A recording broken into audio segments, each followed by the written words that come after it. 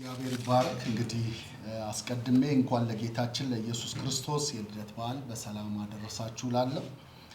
ይህንን ጋዜጣዊ መግለጫ ደግሞ ለመዘገብ ከተለያየ መገናኛ ብዙሃን የመጣችሁትን ሁሉ ከልብ የመነጨ ምስጋናችንን እናቀርብላችኋለን።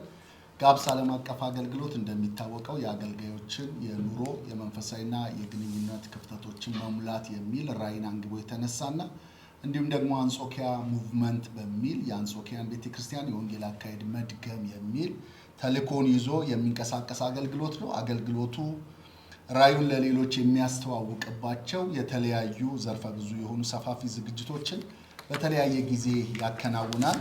አሁን ደግሞ ለሶስተኛ ጊዜ ያዘጋጀነው የክርስቲያን ልጆች ፌስቲቫል በማለት ከቦሌ ቃለ ሕይወት ቤተክርስቲያን ከካሪዝማ ኢቨንት ጋራ በመተባበር ቅዳሜ ታኅሳስ 25 እና እሁድ ታኅሳስ 26 ለሙሉ ቀን የተዘጋጀ ልዩ የሆነ የጌታችን የኢየሱስ ክርስቶስን የልደት መታሰቢያ በዓል ምክንያት በማድረግ ያዘጋጀነው በዓል አለ። እንግዲህ ዝግጅቱ የሚከናወነው በዚሁ በቦሌ ቃለ ሕይወት ቤተክርስቲያን አጥር ግቢ ውስጥ ነው። የክርስቲያን ልጆች ፌስቲቫል ዘርፈ ብዙ ዓላማዎችን ያነገበ ነው።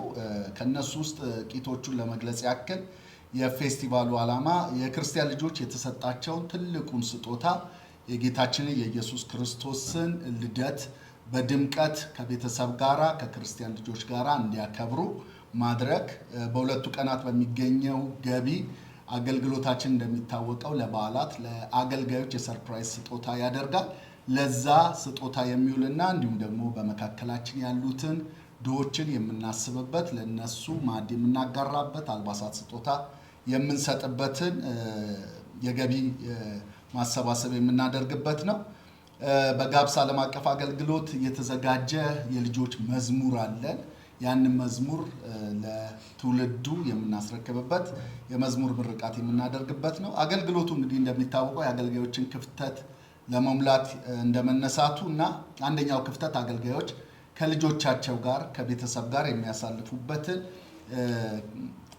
ምቹ የሆነ ጊዜ ለመፍጠር ስለሆነ ይህንን መልካም ጊዜ ለመፍጠር አስበን አገልጋዮች ከልጆቻቸው ጋር በነፃነት መጥተው አብረው እንዲያሳልፉ ለማድረግ ነው። የወላጅና የክርስቲያን እርስ በርስ ግንኙነት ወይም ቤተሰባዊ ፍቅርን ማላቅ የሚል ዓላማን ያነገበ እንዲሁም ልጆች ስለ ወንጌል አገልጋዮች እና በወንጌል ዋጋ የከፈሉ አገልጋዮችን እውቅና እንዲሰጡ አክብሮት እንዲሰጡ እነሱ እንዲያውቋቸው ማድረግ ነው። ድሆችን ቸል የማይሉ ልጆችን በምድራችን ላይ ተነስተው እንድናይ ይህንን ለማስተዋወቅ የምናደርግበት ነው። ባለሀብቶች፣ ነጋዴዎችና